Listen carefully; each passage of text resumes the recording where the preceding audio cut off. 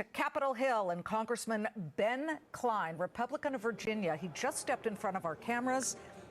He is a member of the House Freedom Caucus, refusing to back even a short-term funding deal. But he is also a member of the House Appropriations Committee, responsible for appropriating funding for most of the functions of the federal government. Congressman, a band of Republicans torpedoed that bill, even though it included billions to secure the U.S.-Mexico border. How did you vote and why? Well, securing our border is the critical issue right now. We have drugs, we have human trafficking, sex trafficking. In every district is becoming a border district. So I supported the bill because we have to start returning illegal immigrants to Mexico immediately. And so that bill would have done that. It would have funded the government at reduced levels, and we would have avoided a government shutdown. We're still the only body that has passed appropriations bills. We've passed 4 appropriations bills at pre-COVID spending levels or reductions from the current path. We've got to end this Biden-Pelosi spend-a-thon and reduce inflation for the American people. Okay, but obviously more time is needed. This CR, this continuing resolution, would have at least given up until October 31st to figure out something, and yet, let me just quote Matt Gaetz. Matt Gaetz specifically said he will not vote for it, and there is some serious bickering among your Republicans. And I'm talking about, for example, Representative Mike Lawler of New York, Republican. I want you to hear what he just said.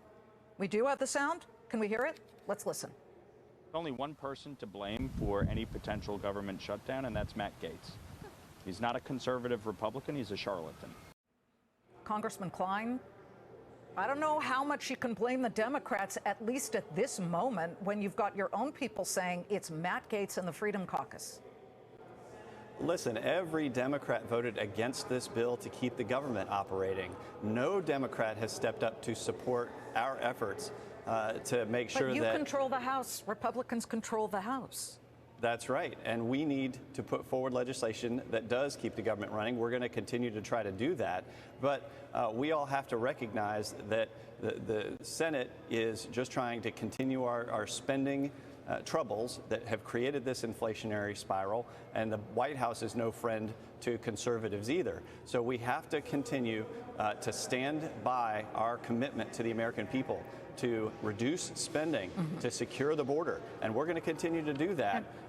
And we will try to keep the government open while we do that. I do applaud the Freedom Caucus for looking for a really solid way to reduce government spending.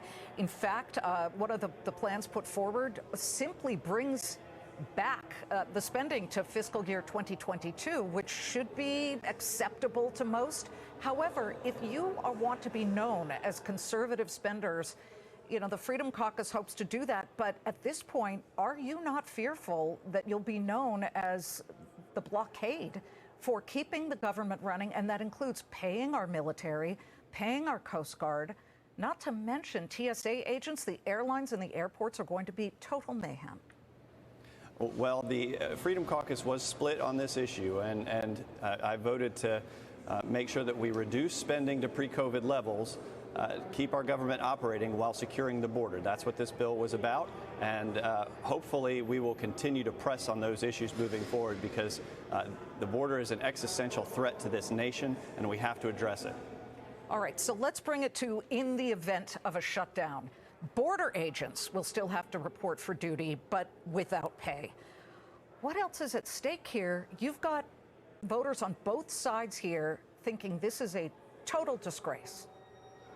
It is very frustrating. That's why I voted for the bill, to keep our government operating and our Border Patrol on duty. Okay, we know that, but how do we get another bill passed with just a day and 8 hours and 53 minutes and 34 seconds left before this government shuts down?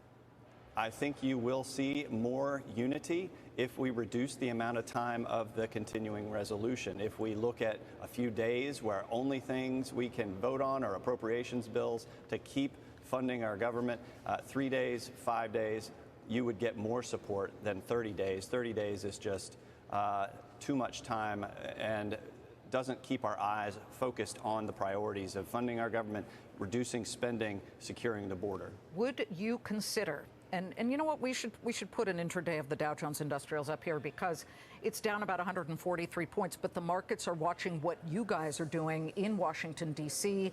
And the low was hit when the continuing resolution was rejected on the House floor. What would you accept if there were a bipartisan bill that had money to secure the border and money for Ukraine? Well, I don't think that we need to spend another dollar of American taxpayers' money on Ukraine until we secure our border. So well, how about at the same time, if that's what was in a final bill? One of the big problems with the over $100 billion that we've already spent on Ukraine is the lack of accountability for that money and the lack of a plan on how we're going to bring this conflict to an end. I mean, we have no plan. In fact, we had a vote about a month ago to require the administration to put forward a plan. The Democrats opposed it and helped to defeat it. So we have to have a plan before we spend more money in Ukraine. We just can't justify more taxpayer dollars going there.